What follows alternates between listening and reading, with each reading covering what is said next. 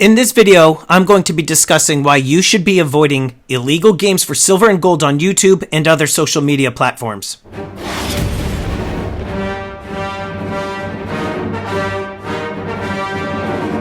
How you doing, everybody? Welcome to Empire Precious Metals. If you're new to the channel, I'm not a financial advisor. I'm a guy talking about precious metals. So make sure you blast that subscribe button, get the bell notification clicked. That way you get updated with any new content. Now, I've been getting some comments lately from individuals talking about all these different games that they have been seeing on YouTube, Instagram, Facebook, and people have been asking me, are these legal? Are they legit? You know, should I be participating in these games? And the quick answer to the question is no, they're illegal, plain and simple. I did a bunch of research on this, and I don't know if you're aware, but these games that are being held by all these different YouTube creators, people on Facebook, Instagram, a lot of these games that they're holding are actually considered to be illegal raffles. They are illegal lotteries, and they'll be asking people to pay them for various donations or slots in order to participate in these games. And what people don't seem to realize is that not only are they illegal for the content creator, but they're illegal if you are participating in them yourself. I'm going to show you some quick examples of some various state laws and YouTube's content policies, so that way you could see exactly what I am talking about when it comes to these illegal raffles and games of chance on various social media platforms. First of all, let's check out YouTube's contest policies and guidelines. Right here at the very top, number 2. Your contest on YouTube must comply with all relevant federal, state, and local laws, rules, and regulations, including U.S. sanctions. Then when you look at number 5, your contest must be free to enter. Don't forget to check your local lottery laws. So let's check out some lottery law information. Lotteries. If your sweepstakes or contest requires an entrant to make a purchase, it is then considered illegal and classified as a lottery. As mentioned earlier in this article, which I'll include the URL information in the description below, an AMOE and the term no purchase necessary needs to be put in place to avoid either promotion being regarded as an illegal lottery. And then here again, raffles under the law. A raffle is considered a lottery.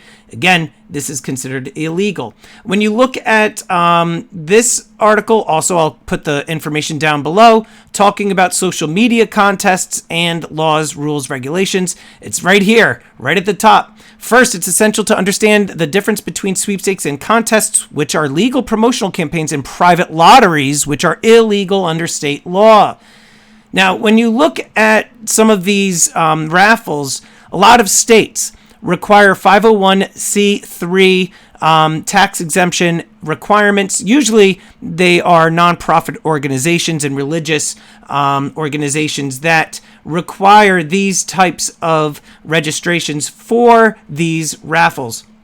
When you look up the different states that do not require charitable solicitation registration, so states that do not require 501c3 registration, these are the states: Delaware, Iowa, Idaho, Indiana, Montana. A very small group which require it. However, keep in mind, that is for running a raffle for nonprofit charitable organization, which would make these organizations tax exempt. That doesn't mean that these states can then just run raffles for the sake of it. Again, the majority, if not all of the United States, considers any of these types of raffles, especially the ones that you're seeing on YouTube, Instagram, Facebook, they consider those to be illegal.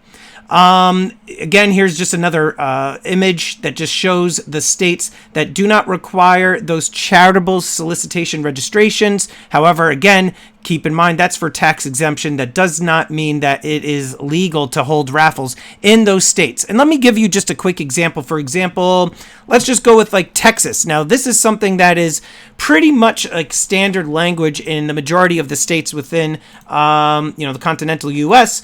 Right here, penalties and enforcement, talking about raffles and casino/poker nights. An unauthorized raffle is considered gambling under Texas Penal Code. Conducting such a raffle is a Class A misdemeanor. participating in an unauthorized raffle is a Class C misdemeanor. So I want you guys to kind of let that sink in there for a minute. If you are holding one of these raffles, that's a Class A misdemeanor. If you are one of the individuals that's participating in these raffles, that's considered a Class C misdemeanor. So if you're one of the individuals that's in these live chats and streams that are contributing to these raffles, that is actually considered a misdemeanor. Think about that for a second here.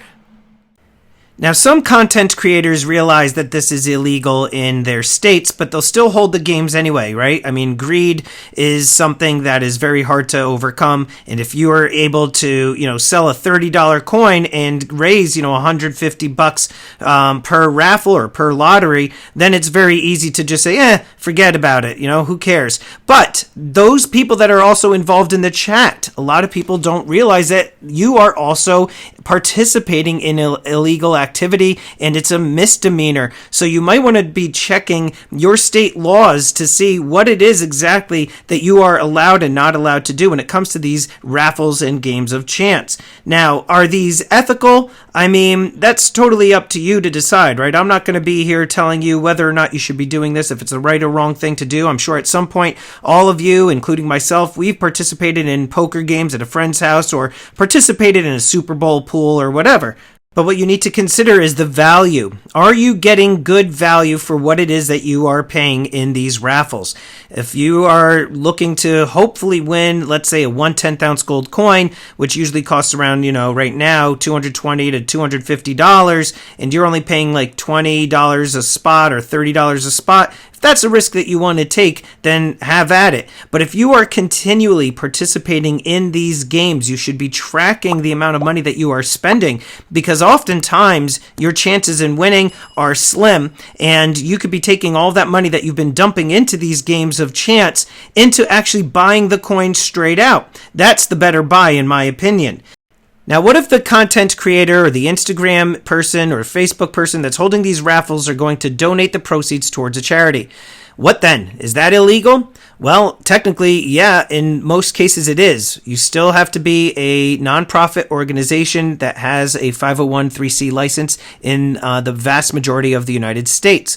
The person may very well make these contributions to these various charities on behalf of the people within the chat, but it's still considered to be an illegal game of chance. Very early on in the creation of my channel and another channel who will remain nameless, we did not realize this, and we did 2 raffles, of which all of the contributions went directly to the charitable organization, and then we did post the receipts for those donations on our YouTube pages. But then it came to our attention that it was illegal in state law, both in New Jersey and in Florida, where the other content creator is located, and so we immediately stopped doing that. So if you are one of these channels that are hosting these illegal scratch-off games, you want to consider, number 1, is it worth risking your channel to make a quick buck off the backs of the people within your chat? Do you realize that you are conducting a misdemeanor as well as the people within your chat? I'm pretty sure that they and you didn't even realize this, and you might want to rethink some of the operations and things that you are doing on your channels, Facebook pages, and Instagram pages.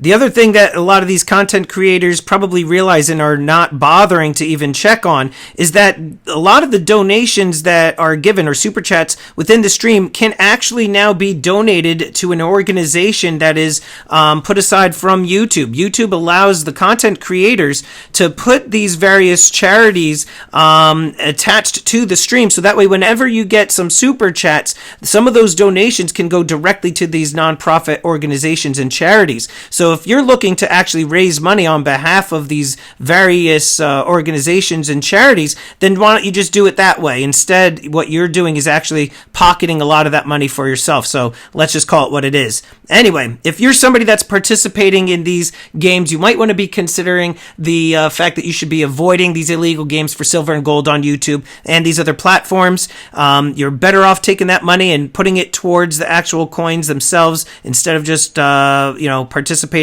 in these games of chance where you're fattening the pockets of these content creators. So Anyway, let me know your thoughts in the comments below about these illegal games of chance. Have you participated in them? Did you even realize that you're committing a misdemeanor when you participate in these games? Let us know in the comments down below.